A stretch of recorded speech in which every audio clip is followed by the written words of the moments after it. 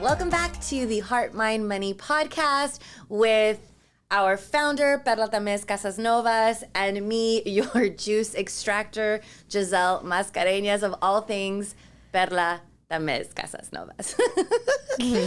Okay, sorry. So today we're going to talk about, I'm going to go dive in deep because you being a multimillionaire is something that I know a lot of people are curious about. And I've never even asked you some of the questions that I want to ask you because, one, you are not somebody who is focused on money. No. So it's really interesting that you have acquired the mass that you've acquired because your focus has always been impact. Like, I don't know this to be true. You can tell me this, but just in the time that we've been together as, so closely in building Latina Empire, I have realized, I'm like, it's crazy how you read all these books and you take all these courses and it's like how to be successful or sales or whatever. And honestly, you are part of the 1%er. Like you've made over, at this point, honestly, how much money have you made at 36? We haven't accounted by, probably now we're about over 115 million or something. Okay, so huge. That's a huge accomplishment. P, when you hit your As a small business owner, yeah, it's pretty impressive. It's super impressive. Yes. And you hit your first 100 million yourself. Yeah. This is me, myself, and I. Yeah, like not with my husband. Like that would be a whole that would be a whole other podcast. But you've done this. You P, like leading the charge. Me and my people. Because nothing gets done alone. Nothing gets done alone. But your brainchild, your processes, your systems. So I'm gonna go from the beginning. Like, where were you? What were you doing the moment you were like, I'm a millionaire? What was that like? I remember that I was at one of my clinics and I got a call from my accountant in Houston. He says, "Hey, Perla, we've got to talk." I said, "What?" He was like, "Your tax return is huge." And I said, "Really?" "Yeah, it's 7 digits." And I said, "¿Qué es eso?" 7 digits. And then I said, "Let me a paper." And so I did 7 digits. Like, "Oh shit, I made over $1 million this year." I was 24 years old. He was like, "Yeah." And I said, "And then what does that mean?" He was like, "You're going to have to pay a lot of taxes, Perla. So we're going to have to really go through all your expenses." And I said, "Oh my God, like how much?" He was like, "Well, the tax bracket is 39%. And I said, "Oh, ya me morí porque ya me los gasté." So yeah, I remember I was at one of my clinics and I got that call. It was cool. It was exciting. Does something shift in your mind when that happens? No. Mm-mm. Nothing shifts in your mind? No, because I've always been focused on, making sure we deliver the right care to the kids, making sure that we do the right constructions, making sure that we develop, the next business that has policies and procedures. You're reinvesting. Look, if I could tell you, I've lived luxuries in my life and I've traveled 25 countries. I will tell you that, I can't put pen to paper on this, but I constantly have reinvested my money. That's how I've been able to do 22 startups year to date. Yeah. Because I have reinvested my own money over and over again. And some of those have been the worst failures. Like bad deals, liquid cash. I can tell you that I've misused about $3 million in deals that just went bad. They were my best lessons, but they went bad. And so I want to know what some of those lessons were. What were those lessons from those? Well, like your first failure. What was the resource that was created from that first failure? And what was the failure? So when I was 23 years old, I was in California and I got introduced to a technology system. And so when you're from South Texas and then you go to the big city, LA, right? And they talk so big and they talk huge numbers and they have super like fancy like breakfast, lunch, and dinner and stuff. And so I was always attracted to like big city vibes, big deal making, kind of like that was just like in my dreams, right?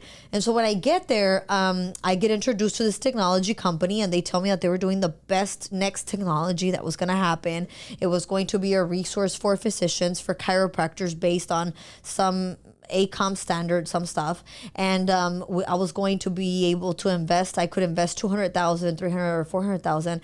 And I was going to like quintuple my investment, and it was going to be even bigger than that, because when we would go open to market, and then we could sell the software like over $100 million and all this stuff.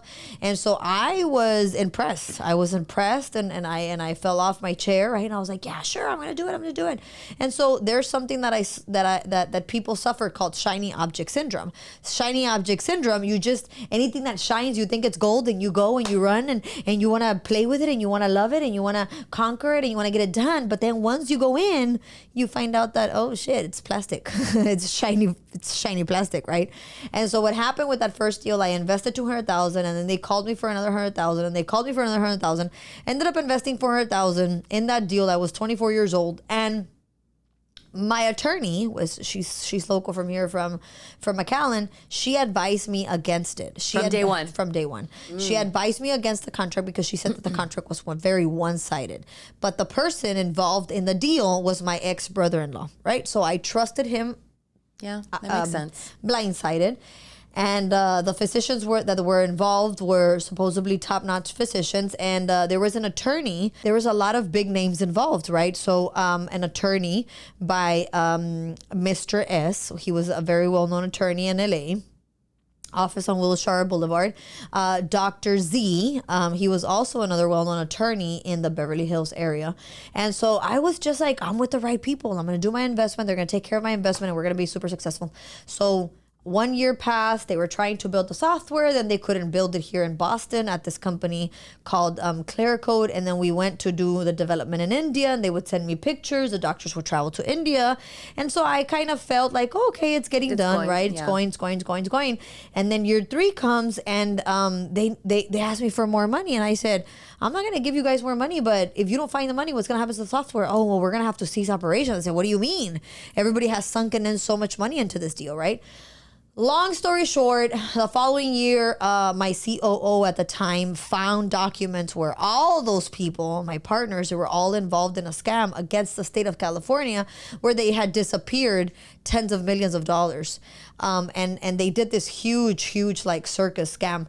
So I went up and I had to end up suing them, and because they misused my monies, and it was a fraud. And I couldn't believe my ex-brother-in-law would do that. And so come to find out, after we subpoenaed the records, they were using my monies to pay themselves a payroll rather than develop the system and rather than do stuff like that. So according to them, they were paying themselves a payroll because they were performing the job of doing research to develop the software. Anyways, we went to arbitration. The day of arbitration, literally in LA, was $25,000 a day that we had to pay. Oh my God. $25,000 a day. I had to fly my good friend, who you know, our local attorney, to go and testify. And anyways, that was my first loss in business. I was just 24 years old. What was the outcome of the But when court? I conquered it, but when I concluded that chapter in my life, I was like 27 already. Wow. Yes. So I learned so many things from that lesson. I learned that not everything that shines is gold. Mm-hmm. I learned that no matter if it's family, you need to review the contracts, and you can't blindly trust.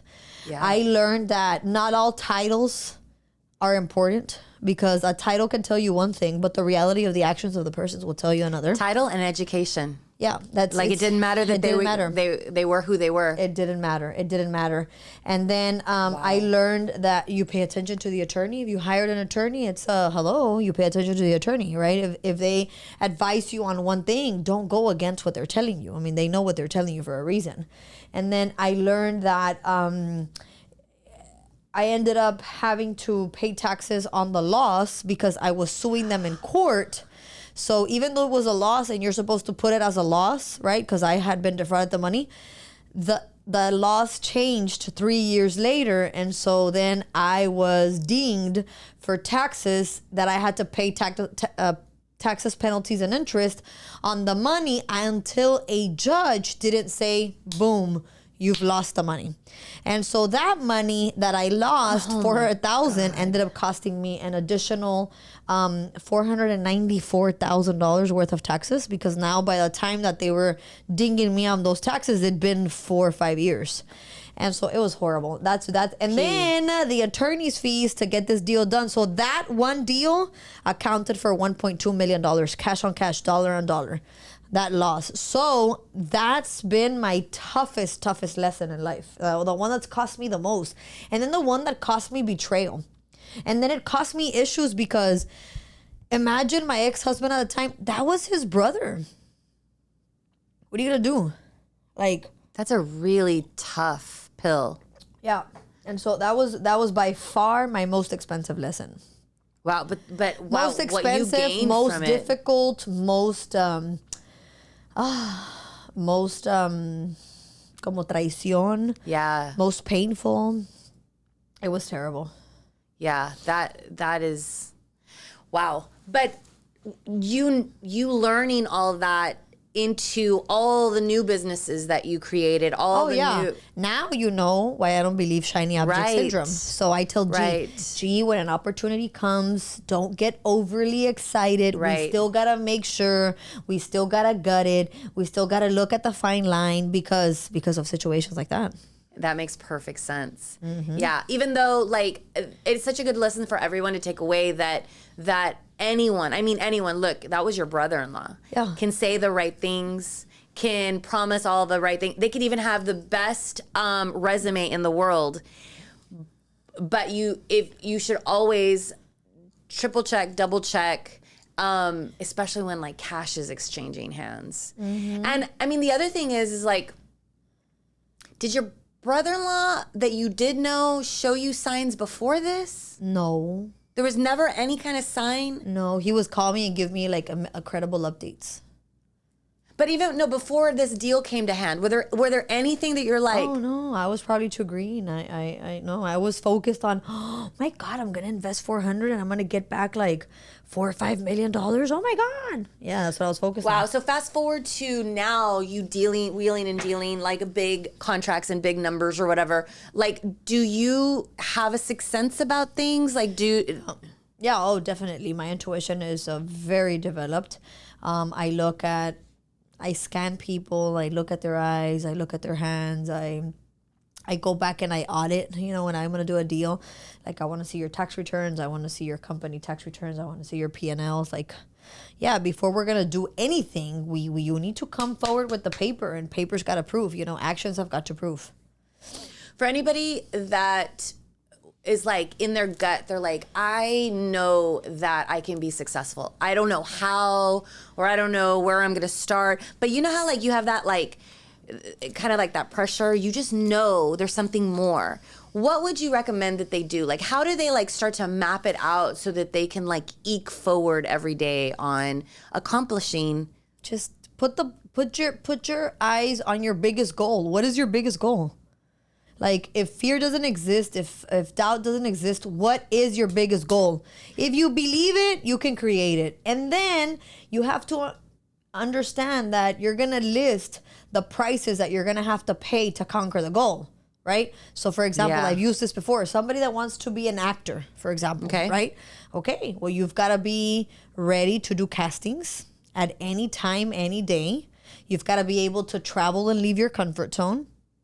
If you land an acting gig, you have to be able to get a call at 3 o'clock in the morning and wake up within 30 minutes and show up to the set.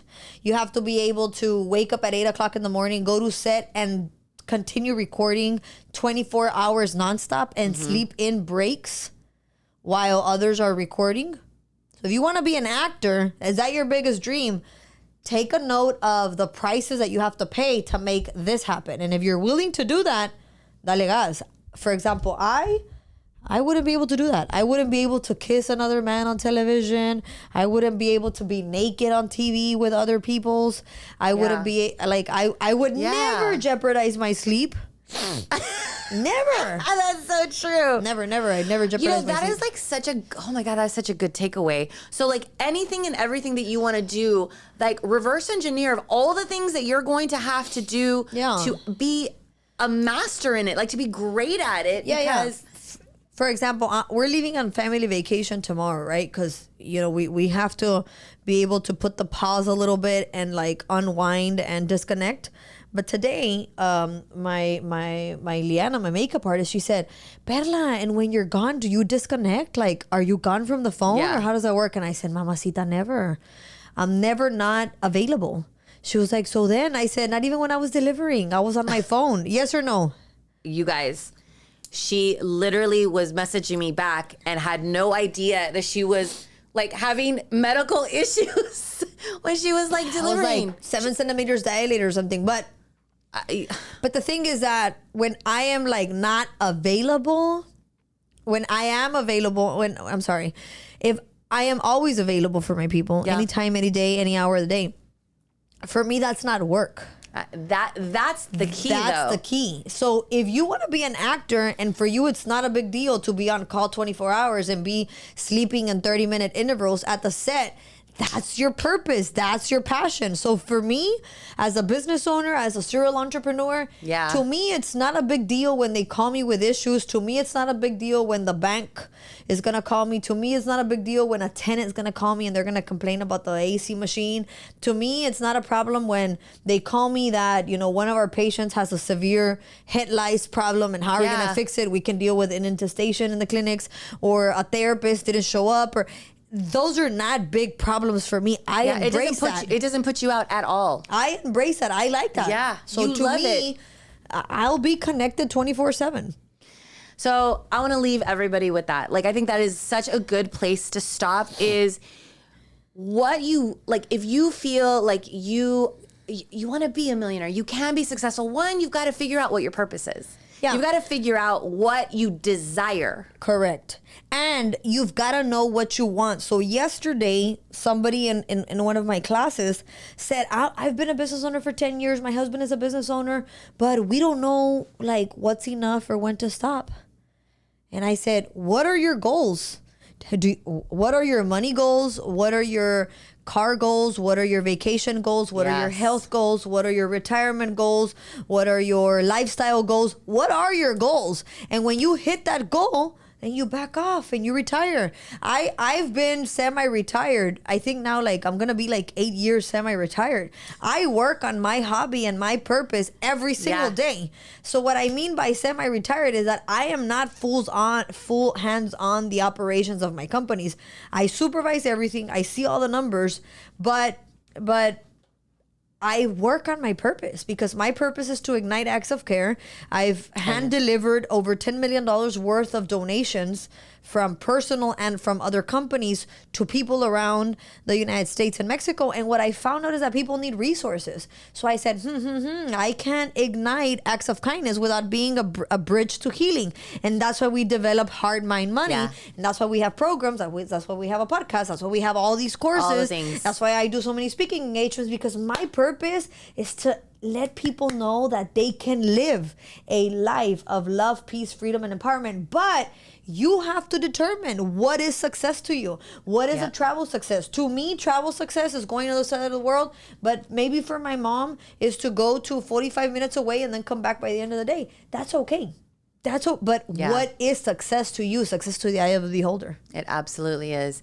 Thank you so much, P. I do want you to share with them that if they want to dive into resources, they want to dive into, asking themselves the right questions, where can they get more? So find me at Reflexiona con Perla. Find me at The Latina Empire on all social media platforms.